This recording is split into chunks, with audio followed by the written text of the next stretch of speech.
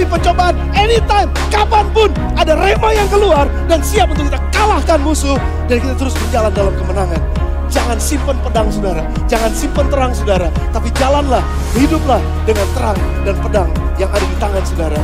Dan itu adalah the living word.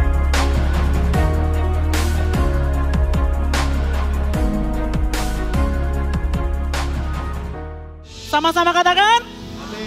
Berikan tepuk tangan meriah bagi Tuhan kita. Silakan duduk Bapak Ibu Saudara dan teman-teman yang saya kasih. Dan terima kasih kepada New Life dan seluruh pelayan Tuhan yang ada dalam rumah Allah, di ruangan maupun yang ada di luar ruangan sana. Dan kalau Bapak Ibu Saudara selama ini belum pernah mengapresiasi mereka, jangan sungkan-sungkan. Ini adalah momen yang baik karena kita sedang merayakan bulan volunteer di gereja kita di bulan Maret. Jangan sungkan-sungkan untuk menghampiri mereka, entah berbagi permen, berbagi kopi, berbagi apa saja, and say something good to them. Appreciate mereka ya, karena apa yang diapresiasi dan dirayakan itu akan terjadi repetition, akan terjadi pengulangan. Ya, kalau saudara merasakan, oh terima kasih karena saya bisa ibadah dengan nyaman, itu karena ada orang-orang yang bekerja dengan keras mengantarkan kita ke dalam hadirat Tuhan. Amin. Saudara mau lakukan itu? Bilang sama teman di sebelah, jangan lupa antar kalau ketemu siapapun yang saudara tahu dia melayani, bilang thank you, salamin dia. Ya, kalau saudara mau makan, ajakin makan, tanyain dulu udah makan belum gitu ya. Oke, siap untuk firman Tuhan?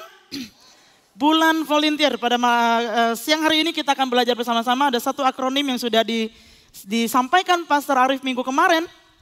Sepanjang bulan ini kita akan berbicara tentang health. Ya, minggu pertama ini ada yang terdiri dari 4 minggu. Minggu pertama kita sudah belajar tentang bagaimana kita didorong oleh kebenaran firman Tuhan, diberikan teladan oleh Yesus Kristus, Juru Selamat kita. Bagaimana kita mesti belajar untuk menerima, menjadi orang yang hospitable ya, hospitable yang selalu terbuka menerima orang siapa saja, apapun backgroundnya, apapun perbedaan statusnya, kita mau jadi teman buat mereka, kita mau care dengan mereka.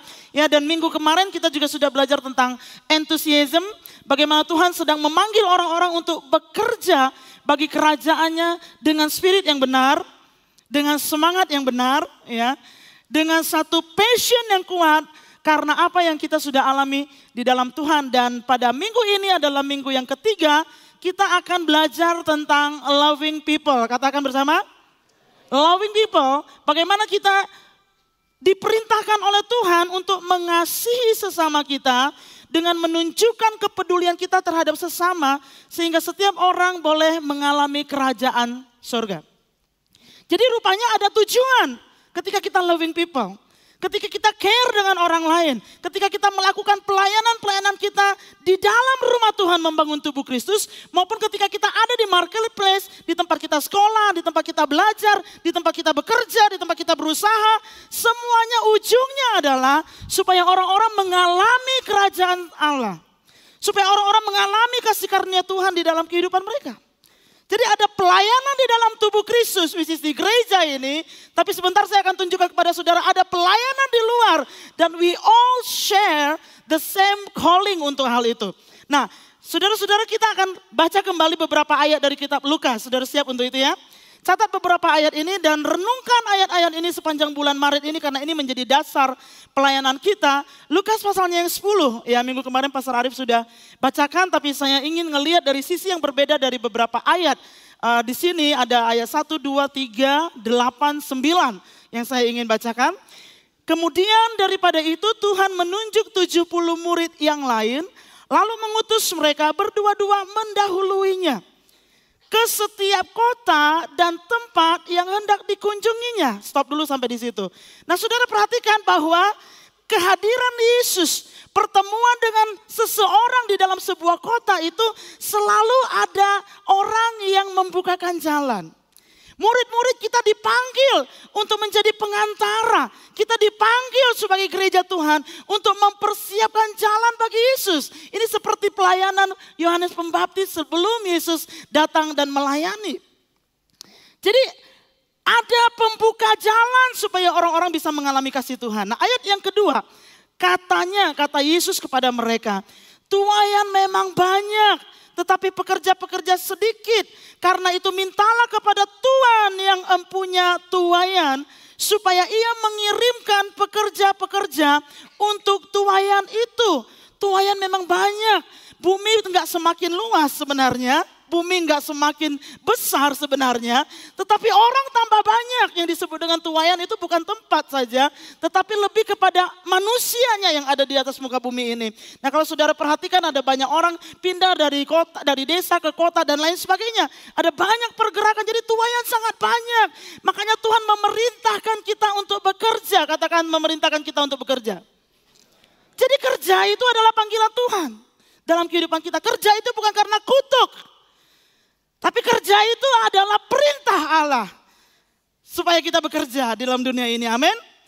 Terlepas dari itu pekerjaan di dalam rumah Tuhan ataupun di luar rumah Tuhan. Itu sama pelayanan semuanya.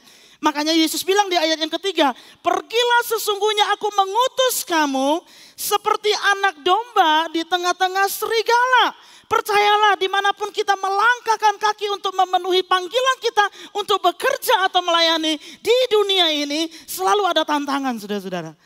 Tapi justru tantangan itu akan membuat kita so depend terhadap Roh Kudus. Tantangan itu justru akan membuat kita akan ada story-nya. Tantangan itu justru akan membuat pengalaman-pengalaman hidup kita menjadi tambah banyak. Dan kita bisa membicarakan itu dari satu generasi kepada generasi yang lain. Jadi kalau kehidupan yang tanpa tantangan itu sepi sebenarnya. Oleh sebab itu, Bapak Saudara, kita nggak perlu takut terhadap tantangan. Amin. Karena justru dengan tantangan kita akan naik kelas.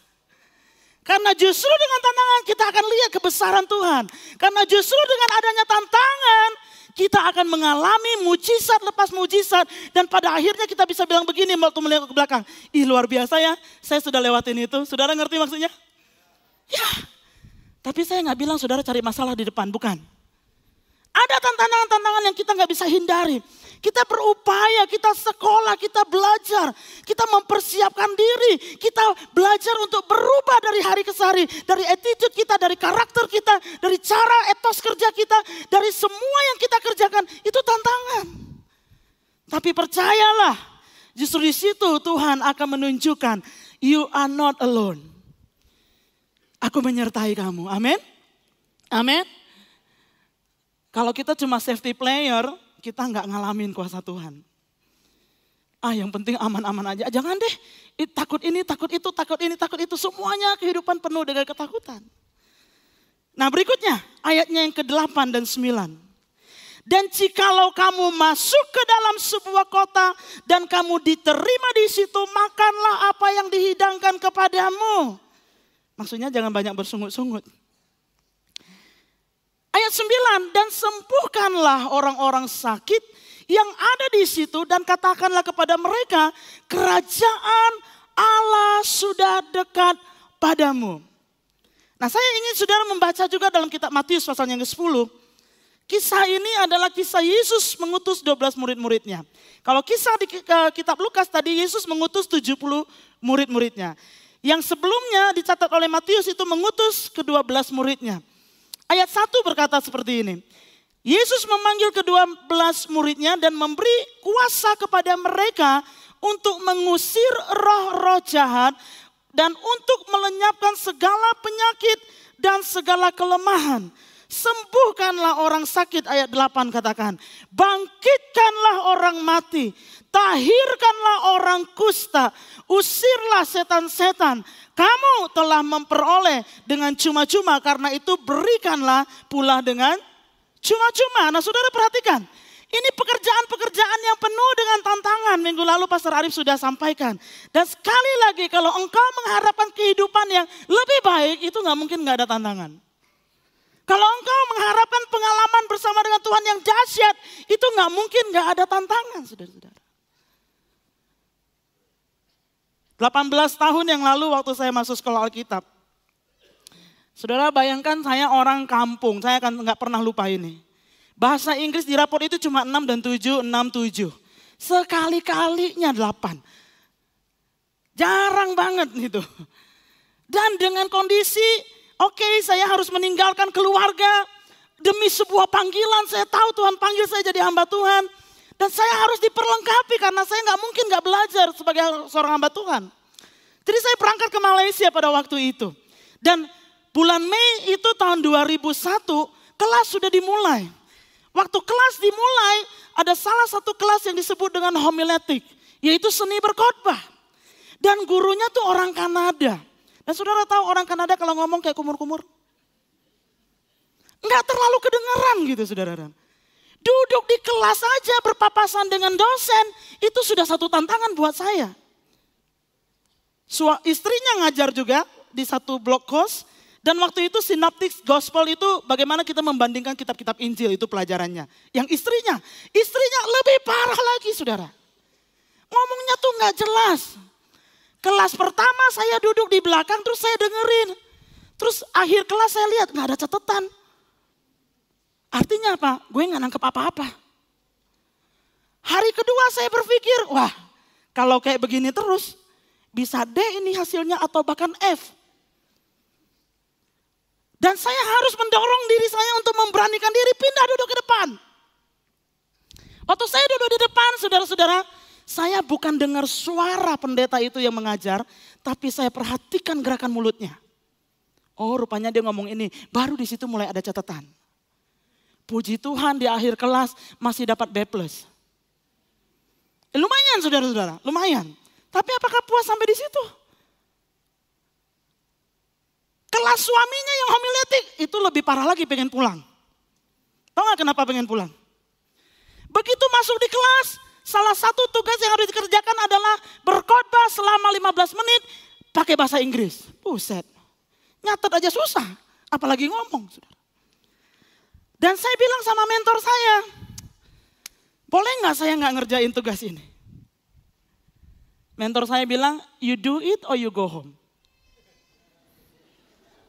Saudara bisa bayangkan takutnya seperti apa? Terus di hati saya mulai timbul dan pikiran saya, ya ampun Tuhan, tinggalin keluarga, itu sudah satu harga yang mesti dibayar. Belum lagi status saya selama di Malaysia, itu undercover. Karena banyak faktor saudara-saudara ya. Kalau saudara tak mau tahu ceritanya nanti tanya saya. Terus masa saya mesti pulang dengan bring nothing gitu loh. Cuma gara-gara ini satu pelajaran homiletik, kenapa mesti ada pelajaran homiletik di atas muka bumi ini? Akhirnya mentor saya bilang, you just practice katanya. Oke, dan saya mulai tulis saudara-saudara. Hari ketiga kuliah udah dapat assignment kayak begini. Pengen nangis iya, pengen pulang iya, pengen nyerah apalagi saudara-saudara. Tapi ternyata waktu saya mengerjakannya dan saya latihan khotbahnya di depan kaca. Nggak apa-apa terbata-bata karena anak kecil nggak langsung bisa ngomong dengan baik. Perlahan-lahan. Dan Tuhan memanggil kita untuk satu rancangan yang besar. Makanya kita nggak boleh berhenti di tengah jalan hanya karena ada tantangan. Amin. Karena Dia memanggil kita untuk satu proyek yang sangat luar biasa. Dan kalau kita perhatikan dalam Lukas pasal 10, dalam Matius pasalnya yang ke-10 juga, ada satu kalimat yang kita harus catat dan ingat ini seumur hidup kita. Yaitu bahwa aku dipanggil menjadi murid untuk diutus. Aku dipanggil menjadi murid Yesus untuk diutus. Jadi kita ini dipanggil, diperlengkapi untuk diutus. Bukan untuk sekedar duduk dan menikmati semua yang baik dari Tuhan. Makanya gereja harus bekerja keras mengubah peran jemaat. Dan itu yang gereja kita sedang lakukan saudara-saudara. Gereja ini full dengan training-training. Gereja ini full dengan menolong kita. Ada small group menolong supaya karakter kita bertumbuh. Ada pelayanan-pelayanan yang mengasah ketajaman kompetensi kita. Ada cell group, life group yang menolong supaya karakter kita terus bertumbuh ke arah Kristus. Kenapa? Karena memang pada akhirnya kita adalah utusan-utusan Yesus bagi dunia ini. Dan itu adalah ultimate goal-nya. Bukan sekedar nanti saya diselamatkan, haleluya puji Tuhan. Kalau doa minta mobil dikasih mobil, minta pacar dikasih pacar, minta naik kelas dikasih naik kelas. Bukan cuma sekedar itu. Tapi ada tujuan Tuhan yang lebih besar. Jadi gereja bekerja keras untuk mengubah peran jemaat dari bayi rohani, orang yang tadinya kanak-kanak, walaupun usianya udah tua, kan banyak yang kayak begitu. Gampang marah, tersinggung, pengennya disuapin terus, dibusukin terus, tapi tidak belajar untuk bertumbuh di dalam Tuhan. Namun gereja bertanggung jawab, memikirkan dengan keras, mencoba dengan sengaja, berusaha menyusun infrastruktur yang baik supaya bisa mengubah peran jemaat dari bayi rohani menjadi orang-orang tua rohani yang siap melayani di rumah Tuhan bahkan di luar rumah Tuhan. Dan itu yang menjadi tujuan kita, saudara-saudara. Makanya sebagai gereja, dari sisi gereja, bukan sebuah kebanggaan punya jemaat yang banyak, tapi semuanya bayi rohani. Amin. Bukan sebuah kebanggaan, Gereja Bethlehem 4.000 loh jemaatnya. Tapi semuanya berantem. Tapi semuanya berebutan tempat parkir. Semuanya berebutan tempat duduk. Semuanya marah, suka marah dan lain sebagainya, saudara-saudara.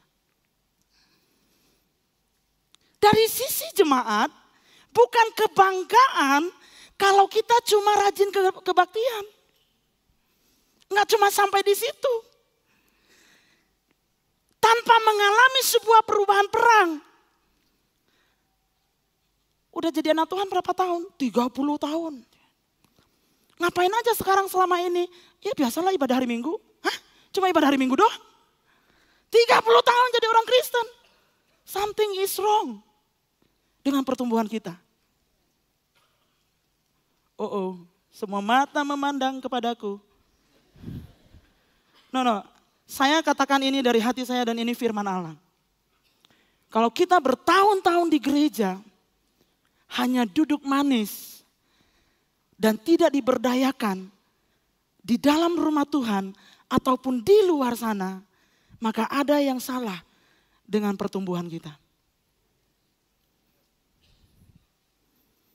Makanya gereja ini gak mengajak saudara untuk melayani saja di dalam rumah Tuhan. Itu baik saudara-saudara.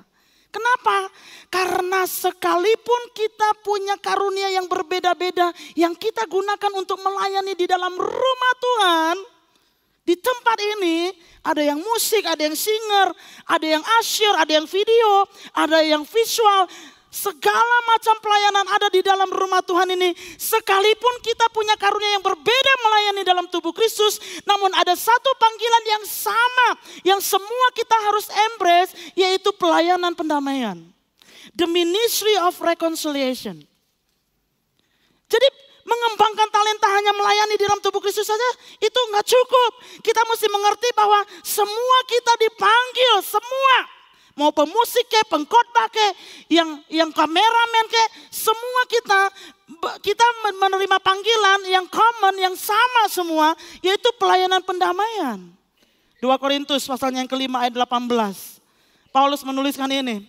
Dan semuanya ini dari Allah yang dengan perantaraan Kristus telah mendamaikan kita dengan dirinya, yang telah mempercayakan pelayanan pendamaian itu kepada kami. Jadi kalau kita hanya berpikir bahwa pelayanan itu cuma khotbah, pelayanan itu cuma nyanyi, pelayanan itu cuma main musik, pelayanan itu cuma usher. Oh saya udah pelayanan. No, ada satu pelayanan yang tertinggi yang kita semua harus terlibat di dalamnya karena kita dipanggil untuk itu, yaitu pelayanan pendamaian. Pelayanan pendamaian. Mendamaikan orang dengan Allah dalam Yesus Kristus. Bukan cuma sekedar membantu kegiatan gerejawi. Tapi ada pelayanan yang sesungguhnya dalam arti pelayanan. Yaitu pelayanan pendamaian. Makanya di gereja ini kita gak mau terjerat menjadi gereja yang agamawi. Kita gak mau jadi gereja yang agamawi yang hanya melakukan rutinitas tanpa jemaat diajar dan diberdayakan. Dari mimbar ini terus kita akan kobarkan ke bagaimana kita harus peduli dengan orang lain. Bagaimana kita harus belajar untuk merawat jiwa orang lain sebagai satu perubahan peran dalam kehidupan kita. Bagaimana kita harus belajar terus untuk berdoa 5 jari memenangkan jiwa bagi Tuhan. Karena itulah panggilan pelayanan yang sesungguhnya. Jangan sampai kita menjadi gereja yang kehilangan otentisitasnya. Kita menjadi gereja yang agamawi, yang kehilangan alasan kenapa gereja ada dan untuk apa gereja ditebus oleh darah Yesus. Saudara, agak sepi, saya merasakan itu bukan cuma dari wajah, tapi dari roh saudara. Tapi saya berdoa, Tuhan tolong supaya kita ngerti ini semua saudara-saudara. Karena ini adalah sesuatu yang sangat mulia, sesuatu yang sangat menggairahkan saudara-saudara. Nah, ada dua bagian yang mencatat pengutusan Yesus. Tadi kita baca dalam kitab Lukas dan dalam kitab Matius. Nah, di pasal 10 ya, di mana Yesus ketika dia mengutus murid-muridnya, dia memberikan satu perintah yang sama dari dua kitab yang berbeda yang dicatat oleh Dr. Lukas dan dicatat oleh Matius. Apa yang sama di situ kalau saudara perhatikan? Sembuhkanlah orang sakit. Sembuhkanlah orang sakit. Kenapa kita harus menyembuhkan orang sakit? Karena kuasa kesembuhan yang bekerja melalui murid-murid Yesus, yaitu saudara dan saya, adalah pintu masuk untuk memperkenalkan kerajaan Allah atau pintu masuk bagi kita untuk bisa melakukan pelayanan pendamaian. Yesus memberikan itu. Dan kalau kita perhatikan di dalam ayat-ayat tersebut, Yesus tidak membiarkan murid-muridnya pergi untuk tujuan utama yaitu pelayanan pendamaian tersebut tanpa memperlengkapi mereka apa-apa. Tadi di dalam kitab Lukas kita sudah baca. Di dalam kitab Matius kita sudah baca. Dia memberikan kuasa kepada murid-muridnya dengan tujuan untuk mengusir roh-roh jahat dan untuk melenyapkan segala sakit penyakit dan segala kelemahan. Tuhan bukan cuma kasih senjata, tapi dia sediakan peluru. Tuhan bukan cuma sekedar bilang, hei kamu pergi dan beritakan Injil kepada setiap makhluk. Selamatkan sebanyak-banyak mungkin. Biar semua makhluk di atas muka bumi ini, orang-orang mengalami kerajaan surga. Tapi dia tidak memberikan kita apa-apa. Yesus memberikan kita kuasa, katakan kuasa. Kuasa. Di tangan saya ada kuasa. Di hidup saya ada kuasa. Nah, saudara-saudara, ini yang saya mau bangkitkan pada siang hari ini. Dan Roh Kudus menolong kita semua. Ada kuasa untuk mengusir roh-roh jahat dan untuk melenyapkan segala sakit penyakit dan segala kelemahan. Makanya Yesus memberikan perintah kepada kita, sembuhkan orang sakit. Karena ketika engkau menyembuhkan orang sakit, engkau punya pintu masuk untuk menceritakan kerajaan Allah dan membawa dia bertemu dengan Tuhan Yesus dan mengalami kasih karunia Tuhan. Tapi kita jarang mengeksersis kuasa ini. Kita jarang berani mendoakan orang lain. Kita jarang mengerti dan menghidupkan apa yang Tuhan sudah taruh di dalam kehidupan kita ketika kita percaya kepada Dia, saudara-saudara. Dan catat ini baik-baik, bahwa ini tidak terbatas pada usia. Saudara-saudara yang ada di sekolah, teman-teman yang ada di kuliah, teman-teman yang masih SMP, SMA, kuliah, kerja, bahkan ibu-ibu rumah tangga, apapun profesimu, apapun kegiatanmu, dimanapun engkau berada setiap hari, engkau punya kuasa untuk menyembuhkan orang. Karena Yesus sudah install itu di dalam diri kita, saudara. Tidak terbatas kepada usia. Tidak terbatas kepada yang baru terima Yesus ataupun yang udah 30 tahun terima Yesus. Tidak terbatas pada usia secara jasmani ataupun kerohanian. Jangan pernah berpikir, oh saya belum dibaptis jadi saya gak bisa tumpangin tangan orang. Kata siapa? Karena baptisan itu bukan pintunya. Yang menjadi pintunya adalah keputusan saat engkau menerima Yesus menjadi Tuhan dan Juru Selamat. Pada saat itulah Roh Kudus diberikan kepada kita. Jadi semua kita punya kuasa. Untuk bisa melakukan pelayanan kesembuhan. Kenapa kesembuhan? Karena Yesus bicara itu 2 kali dan itu urutan pertama. Sembuhkanlah orang sakit. Karena ketika engkau sembuhkan orang sakit, engkau punya jembatan untuk berbicara kepada dia. Kerajaan Allah sudah dekat. Nah ini yang dicontohkan oleh murid-murid pada saat itu. Ketika Yesus naik ke surga, kita akan lihat ada kunci bagaimana kita bisa menyembuhkan orang sakit tentunya. KPR, saudara lihat KPR ini bukan utang. Kisah para rasul maksudnya. Pasalnya yang ketiga. Ada satu kisah yang dicatat di dalam Alkitab. Dan ini amazing saudara.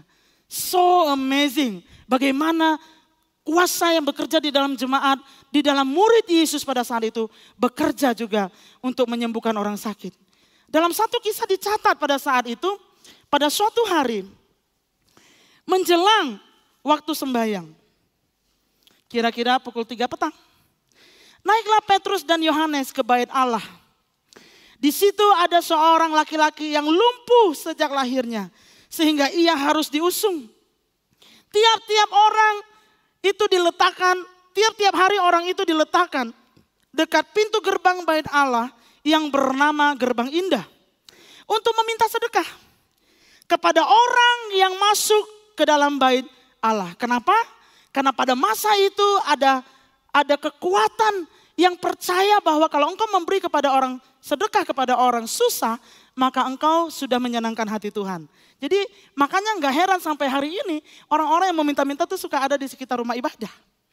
Karena buat mereka kalau engkau melakukan itu, engkau menyenangkan hati Tuhan. Oke? Jadi ketika orang itu melihat bahwa Petrus dan Yohanes yang adalah murid Yesus hendak masuk ke bait Allah, ia meminta sedekah. Seperti yang dia lakukan kepada orang lain. Dia lihat, ada 2 nih yang datang nih. Kayaknya ini cukup mampu, kayaknya ini cukup bisa. Dan mereka menatap dia dan Petrus berkata, lihatlah kepada kami. Lalu orang itu menatap mereka dengan harapan akan mendapat sesuatu dari mereka. Saudara, ketika orang tahu saudara orang percaya, ketika orang tahu bahwa saudara adalah orang yang Kristen, orang yang mengikuti Yesus Kristus, ada banyak ekspektasi yang orang taruh dalam kehidupan kita. Ada banyak harapan yang orang taruh, engkau akan bisa memberikan solusi, engkau bisa memberikan jawaban, engkau yang bisa menolong. Ada banyak ekspektasi dan itu terjadi sampai 2000 tahun yang lalu. Bahkan sampai hari ini. Orang mengekspekkan sesuatu dari saudara karena mereka tahu saudara pengikut Yesus Kristus. Ayat yang ke-6. Tetapi Petrus berkata kepadanya, emas dan perak tidak ada padaku. Tetapi apa yang kupunyai kuberikan kepadamu. Demi nama Yesus Kristus orang Nazaret itu berjalanlah. Lalu ia memegang tangan kanan orang itu dan membantu dia berdiri. Seketika itu juga kuatlah kaki dan mata kaki orang itu. Ia melonjak berdiri lalu berjalan kian kemari dan mengikuti mereka ke dalam bait Allah. Bayangkan gak? Tadinya cuma ada di gerbang. Sekarang dia bisa masuk ke dalam bait Allah. Mission accomplished.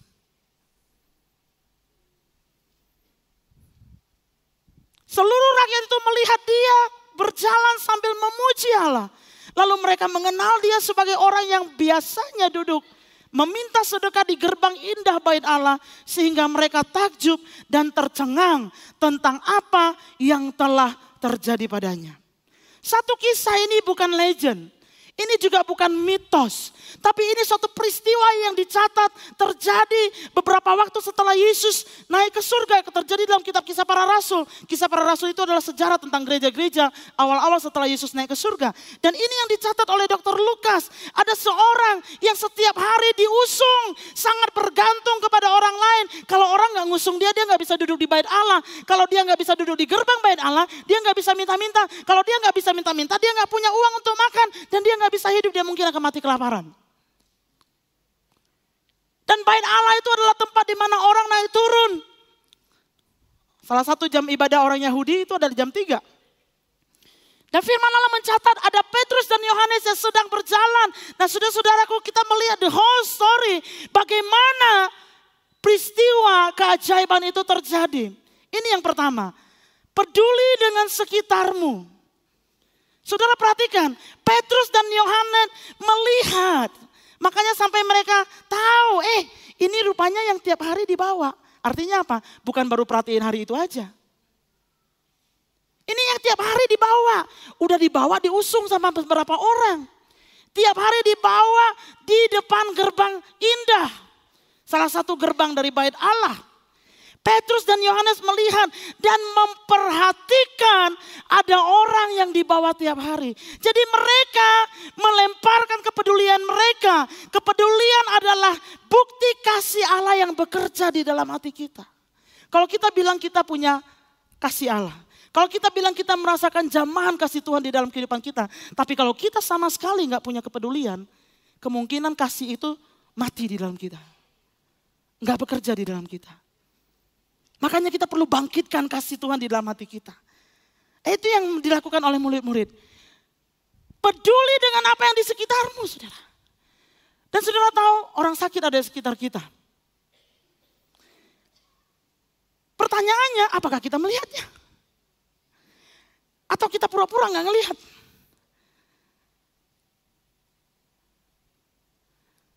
Ada di kelas-kelas kita. Ada di lingkungan sekolah kita. Ada di lingkungan kerja kita. Ada di lingkungan keluarga kita. Ada di lingkungan masyarakat kita. Ada di lingkungan di mana kita berada. Di tempat saudara main futsal, main basket, tempat saudara nonton konser. Di mana saja itu ada orang sakit. Saudara. Karena dunia ini sebenarnya sakit. Tanpa mengenal Yesus. Ada orang-orang sakit. Sakit secara fisik itu yang seringkali gampang dan mudah teridentifikasi. Masuk rumah sakit, oh dia sakit. Nggak bisa sekolah, oh dia sakit. Nggak bisa datang les, oh dia sakit. Nggak bisa datang live, oh dia sakit. Sakit secara fisik mungkin lebih mudah teridentifikasi. Tapi bagaimana dengan jiwa mereka yang sakit? Karena ada orang-orang yang kalau misalnya sakit jiwa udah ngaco kita baru tahu, oh dia sakit jiwa gitu ya. Udah dia telanjang di pinggir jalan, dia jalan sana jalan sini tanpa tahu bahwa dia telanjang. Oh baru ketahuan. No saudara. Saya berdoa supaya Tuhan memberikan kita penglihatan seperti yang kita nyanyi tadi. Mata yang memandang seperti Yesus memandang. Bahwa sebenarnya ada orang-orang yang mengalami tekanan jiwa di sekeliling kita. Bahwa ada orang-orang yang mengalami tawar hati. Bahwa ada orang-orang yang mengalami kekecewaan yang begitu besar. Bahwa ada orang-orang yang mengalami dendam. Bahwa ada orang yang memiliki kemarahan. Ada orang-orang yang dikuasai oleh kekhawatiran. Ada orang-orang yang dikuasai ketakutan. Takut aja saudara. Takut ini, takut itu. Sendiri takut, rame-rame juga takut. Ada banyak ketakutan di antara kita. Ada orang-orang yang bingung. Mau ngapain? Gak tahu. Terserah mama, terserah papa, terserah kakak deh. Semuanya serba bingung. Mau sekolah apa enggak? Terserah. Itu orang yang bingung tuh. Enggak punya destiny. Enggak punya pilihan. Enggak bisa menatap masa depan. Ada banyak orang-orang seperti itu di sekitar kita. Ada orang-orang yang depresi. Ada orang-orang yang hidup dalam intimidasi oleh dosa dan masa lalu. Mungkin dia adalah teman-teman sebangkumu. Mungkin dia adalah teman-teman sekelasmu. Mungkin dia ada di lingkungan tinggalmu. Mungkin dia adalah di lingkungan yang mungkin dia naik angkot bareng kamu. Setiap hari.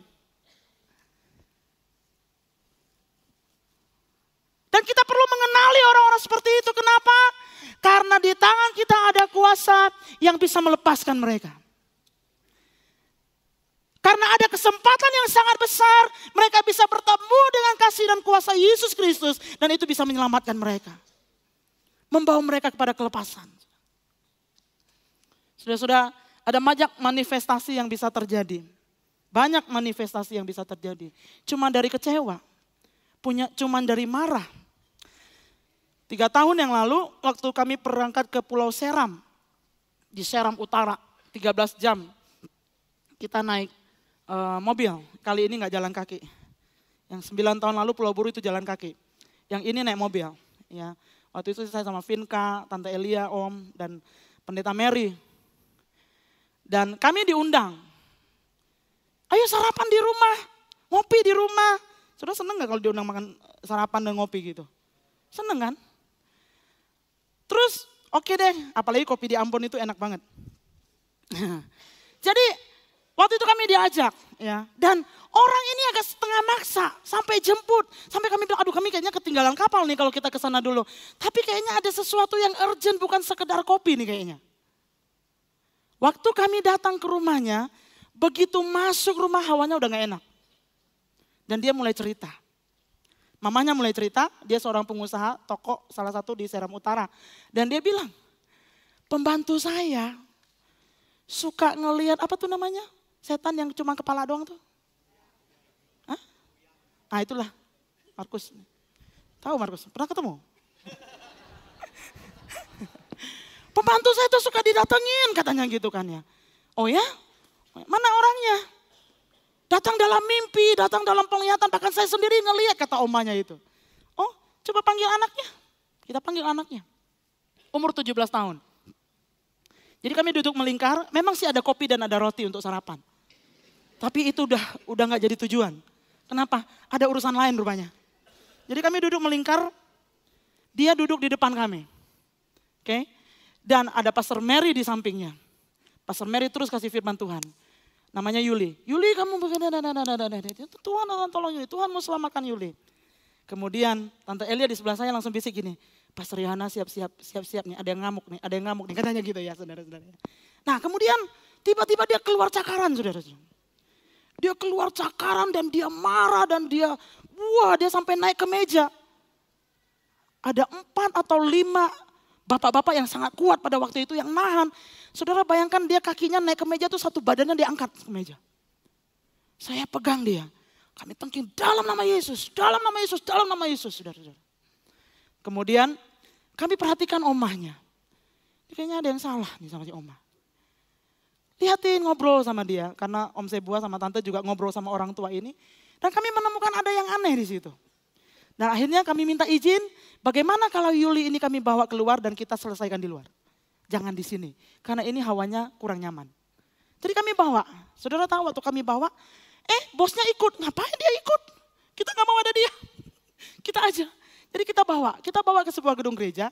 Gereja itu sederhana banget, terbuat dari kayu, semi permanen ruangannya. Begitu kita buka pintu, ceder.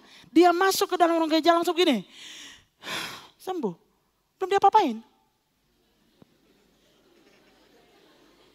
Belum dia apain saudara-saudara. Terus saya mulai tanya sama dia. Yuli kenapa? Apa yang Yuli rasa? Dia mulai nangis dan dia bilang, aku marah sama Oma.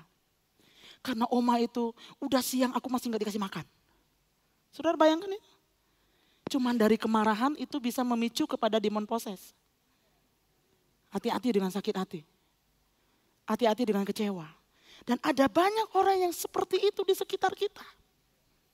Orang-orang yang depresi, orang-orang yang mengalami tekanan berat, orang-orang yang merasa hidup ini gak berarti karena ada pola pikir yang salah. Dan sekali lagi, kuasa itu tidak hanya ada di pendeta. Tante Elia bukan pendeta, Om Zebo bukan pendeta, Vinka bukan pendeta pada waktu itu. Segera akan jadi pendeta. Dan orang itu dimenangkan. Hari ini dia udah jadi pengerja di gereja. Udah menjadi hamba Tuhan. Dilepaskan dari kuasa. Saudara, yang menjerat dia. Saudara. Tuhan mau menyembuhkan orang-orang di sekitar kita. Amin saudara. Ada orang-orang yang rohnya tertekan, seringkali diganggu oleh roh jahat, mengalami demon poses yang mungkin berasal dari jiwa yang tertekan, penyembahan berhala, keterikatan pakai susuk, dan lain sebagainya itu ada di sekitar kita. Dan itu menyebabkan mereka terikat dan mereka perlu dibebaskan. Dan firman Allah mengajarkan kepada kita, demonstrasikan kasih Yesus sebagai bentuk bahwa kasih Allah bekerja di dalam hatimu, engkau harus punya kepedulian. Dan Tuhan sudah memperlengkapi kita dengan kuasanya. Dengan rohnya. Saudara-saudara. Bertahun-tahun yang lalu. Ada seseorang yang setelah diperiksa di Singapura. Ada benjolan di syaraf bagian belakang. Dan ketika dia diperiksa. Ternyata dokter bilang. Kemungkinan yang paling besar adalah HIV. Dan waktu itu saya ditelepon karena dia pengen ketemu saya. Jadi saya berangkat, jam 11 malam saya sampai di rumah sakit, diizinkan masuk. Waktu saya datang, saya doakan. Masih belum terjadi apa-apa, karena saya juga udah capek hari Minggu, perjalanan panjang dan saya bilang saya pulang dulu ke rumah kakak saya, nanti besok saya datang lagi. Setelah malam itu saya beritakan firman Tuhan, tentang kuasa Tuhan, dia perlu didoakan. Besok paginya waktu saya datang, dia bilang begini sama saya. Kak, saya mau ngomong katanya. Ngomong apa? Ngomong aja. Mau mengaku dosa. Tapi tunggu dulu ya, mau kencing dulu katanya. Jadi dia kencing dulu saudara. Oke, udah selesai kamu duduk, tarik nafas panjang-panjang, silakan bicara. Dan di situ dia menangis, dia minta ampun karena dia sudah berbohong selama ini. Dia judi, dia macam-macam di luar sana karena punya uang. Minta ampun sama Tuhan. Oke? Minta ampun sama orang tua. Minta ampun sama keluarga. Dan di situ saya doakan dia.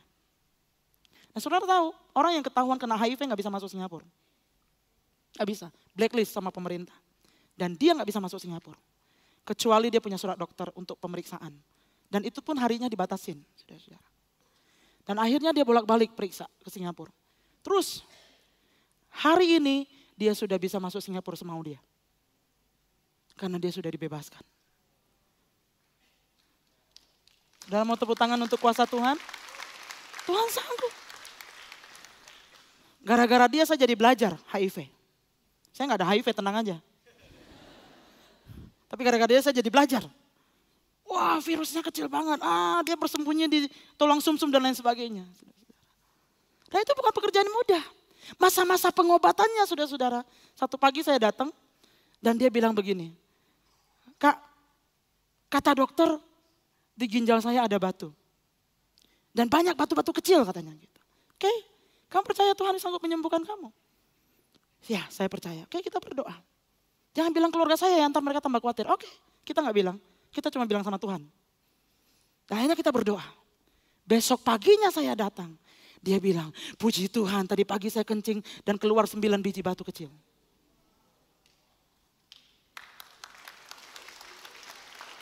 Kuasa Tuhan. Kuasa Tuhan yang menolong. And it is within us. Ada di dalam kita. Terlepas dari siapapun saudara. Masih banyak cerita yang lain. Tapi enggak deh, udah lapar soalnya. Kunci yang pertama, peduli dengan sekitarmu. Lihat, jangan cuma lewat aja. Apalagi pura-pura ngelihat, bertobat dalam nama Tuhan Yesus. Punya kepedulian. Kalau engkau mau melihat kuasa Tuhan bekerja. Kalau engkau mau mengeksersis Roh Kudus yang ada dalam diri kita. Kalau engkau mau mengalami perjalananmu, a lot of amazing story. Ada banyak cerita kisah-kisah kuasa Tuhan. Yang kedua, miliki percaya diri, saudara-saudara. Perhatikan apa yang Petrus dan Yohanes katakan. Lihatlah pada kami. Dia gak bilang gini, jauh-jauh. Gak pede itu soalnya. Tapi dia kalau orang berani bilang, lihat saya. Berarti dia pede. Dia percaya, dia tahu, dia berani. Dia tanamkan dalam dirinya bahwa dia adalah utusan Kristus. Kenapa? Karena roh ketakutan itu bukan yang diberikan Tuhan kepada kita. 2 Timotius ayatnya yang 1 ayat 7. Pasal 1 ayatnya yang ke-7 berkata. Sebab Allah memberikan kepada kita bukan roh ketakutan. Melainkan roh yang membangkitkan kekuatan, kasih dan ketertiban. Jangan ragu-ragu. Ketika Tuhan mempertemukan engkau dengan seseorang dan engkau merasakan di dalam rohmu dan engkau mulai dengar suara Tuhan dan engkau mulai tahu Tuhan, kayaknya nih orang kalau didoakan dia bisa dilepaskan karena kuasa Tuhan lebih besar dari masalah dia. Jangan ragu-ragu, punya keyakinan bahwa pasti ada jalan keluar. Dan saudara harus tahu bahwa jalan keluar itu gak selalu uang. Tapi seringkali hikmat dan kuasa Tuhan yang bekerja di dalam dan melalui kita, saudara-saudara. Petrus dan Yohanes seperti sedang berkata, kami ada di sini. Lihat kami. Kami peduli sama kamu. Kami punya jawabannya untuk kamu.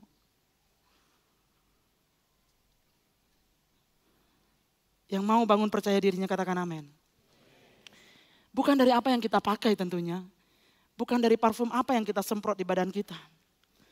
Bukan dari baju apa yang kita kenakan atau sepatu apa atau merek tas apa yang kita gunakan. Bukan. Tapi kita punya keberanian karena kita menanamkan dalam diri kita bahwa ketakutan itu bukan datang dari Tuhan. Kalau kita nggak berani, kalau kita nggak confident, maka kuasa yang ada di dalam diri kita itu mati. Dia hanya diem di situ. Dia tidak bermanifestasi. Dan pada akhirnya kerajaan Allah diperluas tapi tanpa dirimu.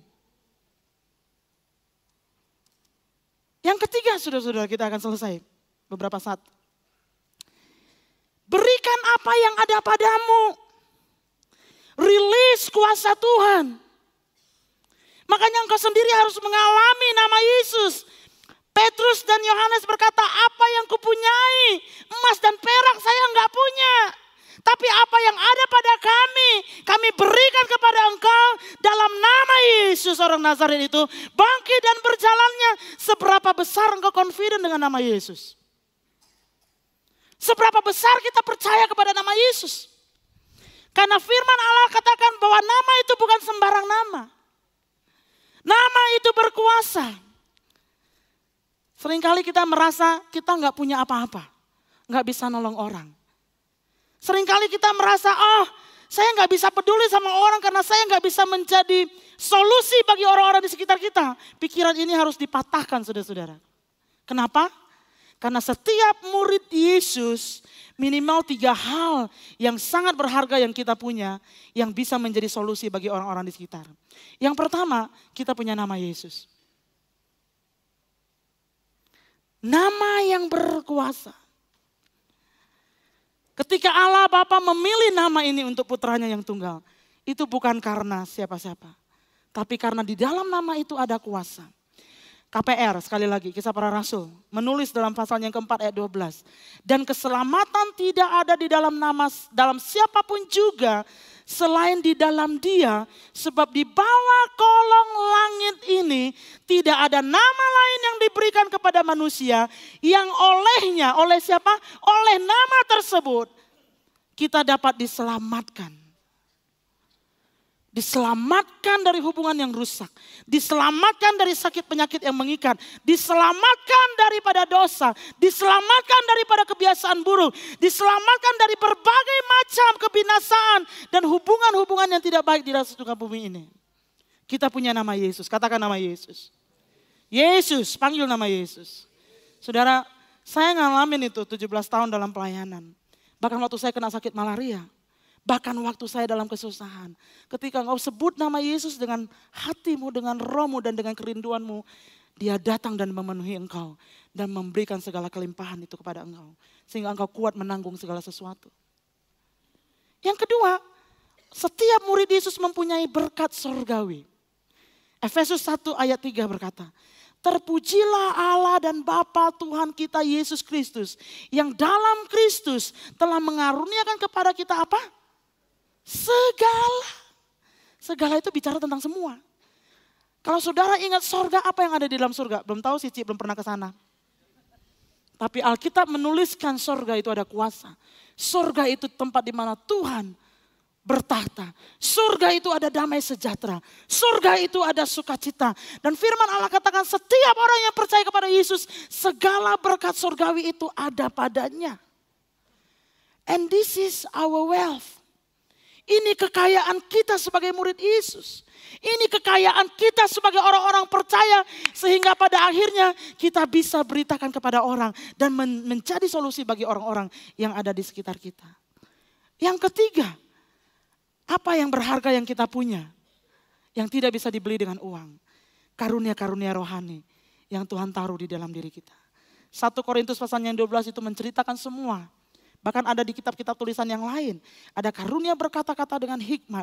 Berkata-kata dengan pengetahuan. Karunia iman. Karunia mengadakan mujizat. Karunia bernubuat. Karunia membedakan berbagai macam roh. Karunia berbahasa roh. Karunia menafsirkan bahasa roh. Tapi kalau kita nggak pernah memanifestasikan itu semua. Mengeksersiskan itu. Mengeluarkan itu dari dalam diri kita melalui doa kita. Panggil akan nama Yesus Kristus. Menyadari berkat yang begitu besar yang ada di dalam diri kita. Saudara, kita gak pernah ngalamin adventurous journey itu dengan Tuhan. Tapi Tuhan menginstalkan itu di dalam diri kita semua. Memberikan kita sebuah nama. Yesus namanya. Nama yang ajaib. Ada banyak kisah di atas muka bumi ini. Tentang orang-orang yang terjerat. Orang-orang yang dalam bahaya dan memanggil nama Yesus. Ada malaikat yang datang, ada Yesus sendiri yang datang. Bagaimana mereka dihalaukan dari segala mara bahaya. Kenapa itu bisa terjadi? Karena nama Yesus berkuasa untuk menyelamatkan kita. Jadi jangan diantepin nama Yesus itu. Jangan cuman sekali-sekali diingat. Panggil dia setiap hari. Dalam hatimu engkau merasakan dia ada. Karena memang dia tinggal di dalam kita. Amin saudara-saudara. Mulai melihat orang-orang di sekitar kita. Mulai punya kepekaan. Mulai punya kepedulian. Petrus dan Yohanes melihat kebutuhan orang lumpuh ini. Lebih dari sekedar emas dan perak yang dia butuh. Hari itu dia makan dan habis lagi. Tapi mereka melihat dia butuh penglihatan. Dia butuh untuk berjalan. Dia butuh kuasa untuk menguatkan kaki dan kaki matanya. Sehingga pada akhirnya dia bisa masuk ke dalam bait Allah. Mengikuti mereka bersama-sama. Bukan lagi ada di luar gerbang bait Allah. Tetapi sekarang masuk ke dalam bait gerbang Allah. Kenapa? Karena ada kuasa nama Yesus yang dialaminya. Dan itu dioperasikan oleh murid-murid Tuhan Yesus. Pada akhirnya bukan cuma memberikan kesembuhan kepada orang itu. Tapi membawa dia masuk dalam bait sucinya Tuhan. Banyak orang hari-hari ini di sekitar kita hanya bisa melihat dari jauh. Oh, dalam Yesus itu ada kasih. Oh, dalam Yesus itu ada kuasa. Tapi mereka belum merasakannya sampai engkau datang kepada mereka dan manifestasikan kuasa Tuhan melalui penumpangan tangan, doa untuk mereka. Amin, saudara. Saudara diberkati Tuhan. Loving people. 1 Yohanes 3 ayat 18 berkata, anak-anakku, marilah kita mengasihi bukan dengan perkataan atau dengan lidah, tetapi dengan perbuatan dan dalam kebenaran. Bukan sekedar teori kita mengasihi. Bukan sekedar teori kita tahu bahwa ada kasih Tuhan dalam kehidupan kita. Tapi mari kita mau lakukan itu di dalam kehidupan kita. Dengan menunjukkan kepedulian kita terhadap orang-orang yang ada di sekitar kita. Saya undang saudara bangkit berdiri bersama-sama dan mari kita datang kepada Tuhan. Saya berdoa firman ini akan menggetarkan hati saudara. Akan menggerakkan saudara. Dimanapun saudara berada, di rumah saudara. Di lingkungan kerja saudara, di lingkungan hobi saudara, di lingkungan sekolah saudara. Di mana saja ada teman-teman yang dekat dengan saudara dan saudara tahu ini orang punya kepahitan. Saudara tahu dia punya kekhawatiran, saudara tahu dia punya ketakutan yang sangat luar biasa. Saudara tahu ada hal yang banyak terjadi karena memang dunia ini di luar Yesus sakit. Dan mereka butuh kesembuhan dari Tuhan.